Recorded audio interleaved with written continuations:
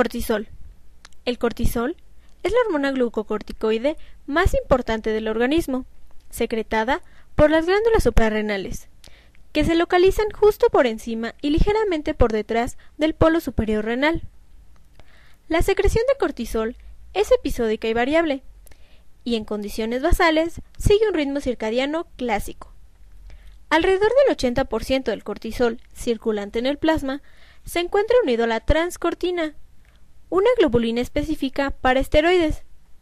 El 15% se transporta unido a la albúmina, dejando tan solo un 5% de cortisol libre en el plasma. Efectos del cortisol. En el metabolismo, el 95% de la actividad glucocorticoide se debe a la acción del cortisol. Esto resulta lógico si pensamos en todos los efectos que se originan a partir de esta hormona. Sobre los carbohidratos, ejerce un efecto directo aumentando la gluconeogenia en el hígado. Este efecto se nota en un aumento de 6 a 10 veces el ritmo normal de la gluconeogenia. Para lograrlo, el cortisol utiliza la degradación de aminoácidos, aumentando las enzimas que convierten estos en glucosa. Es posible lograr este efecto porque el cortisol moviliza los aminoácidos extrahepáticos, aumentando sus concentraciones en el plasma, para su posterior entrada a la vía gluconeogénica en el hígado.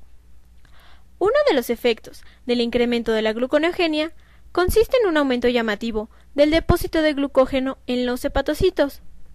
Este efecto del cortisol permite a otras hormonas glucolíticas, como la adrenalina y el glucagón, movilizar la glucosa en los periodos de necesidad, como sucede entre las comidas.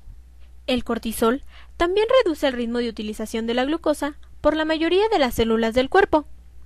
Esto lo logra al disminuir la oxidación del dinucleótido de nicotinamida y adenina necesario para la glucólisis. Estos efectos terminan por producir una elevación de la glucemia que en ocasiones lleva a un estado conocido como diabetes suprarrenal. Pero el cortisol no solo actúa sobre el metabolismo de los carbohidratos, también lo hace sobre el de las proteínas. Uno de los efectos principales del cortisol sobre los sistemas metabólicos del organismo consiste en el descenso de los depósitos de proteínas de prácticamente todas las células del cuerpo, con excepción de las del hígado. Esto se debe tanto a una disminución en la síntesis como a un mayor catabolismo de las proteínas ya existentes en la célula. Al mismo tiempo, el cortisol estimula la producción de proteínas en el hígado. El cortisol además produce una disminución en el transporte de aminoácidos hacia tejidos extrahepáticos. Este menor transporte disminuye la concentración intracelular de estas sustancias y, por tanto, la síntesis de proteínas. Sin embargo, el catabolismo de las proteínas ya formadas continúa. Por tanto, a través de este mecanismo, el cortisol agota los depósitos tisulares de proteínas. Esto tiene como consecuencia una mayor concentración de aminoácidos en los hepatocitos, que, como efectos, aumenta la tasa de desaminación en el hígado, estimula la síntesis hepática de proteínas y promueve la gluconeogenia a partir de aminoácidos. Además de ejercer un efecto catabólico sobre los carbohidratos y las proteínas, el cortisol estimula la lipólisis, el movimiento de los ácidos grasos para su utilización con fines energéticos. En los periodos de ayuno prolongado o estrés, la mayor movilización de lípidos por el cortisol, junto con el incremento en la oxidación de los ácidos grasos en la célula, inducen una desviación de los sistemas metabólicos celulares, que pasan de la utilización energética de glucosa a la utilización de ácidos grasos. No obstante, este mecanismo del cortisol tarda varias horas en manifestarse íntegramente. De cualquier modo, el mayor uso de los ácidos grasos para conseguir energía metabólica supone un factor esencial para la conservación a largo plazo de la glucosa y el glucógeno orgánicos. Durante el estrés, la secreción de cortisol se ve notoriamente elevada. Esta elevación funciona como un mecanismo a través del cual el organismo asegura el aporte de energía y sustratos de uso inmediato, como la glucosa, necesitados por los diferentes tejidos orgánicos.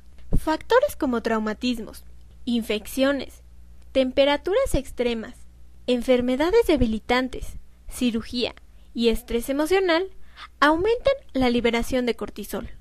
Uno de los efectos más interesantes del cortisol es su mediación ante la inflamación. Sea cual sea la causa, el cortisol es capaz de ejercer este efecto al bloquear las primeras etapas del proceso inflamatorio incluso antes de que se inicie, o, si la inflamación ya se ha iniciado, favorecerá la desaparición rápida de la misma y acelerará la cicatrización. Regulación en la actividad del cortisol. La clave en la regulación de la actividad del cortisol es la excitación del hipotálamo por los distintos tipos de estrés que provocan la secreción de corticoliberina, que es transportada a la adenohipófisis, donde induce la secreción de corticotropina. La corticotropina activa las células córtico-suprarrenales para que produzcan y secreten cortisol. El cortisol coordinará los efectos metabólicos que alivian la naturaleza nociva del estrés. Este video fue realizado por Jessica Estefanía Suárez Esquivel, alumna de segundo año de la carrera de médico cirujano en la Facultad de Medicina de la Universidad Nacional Autónoma de México. Para su realización, se utilizó la bibliografía que aparece a continuación.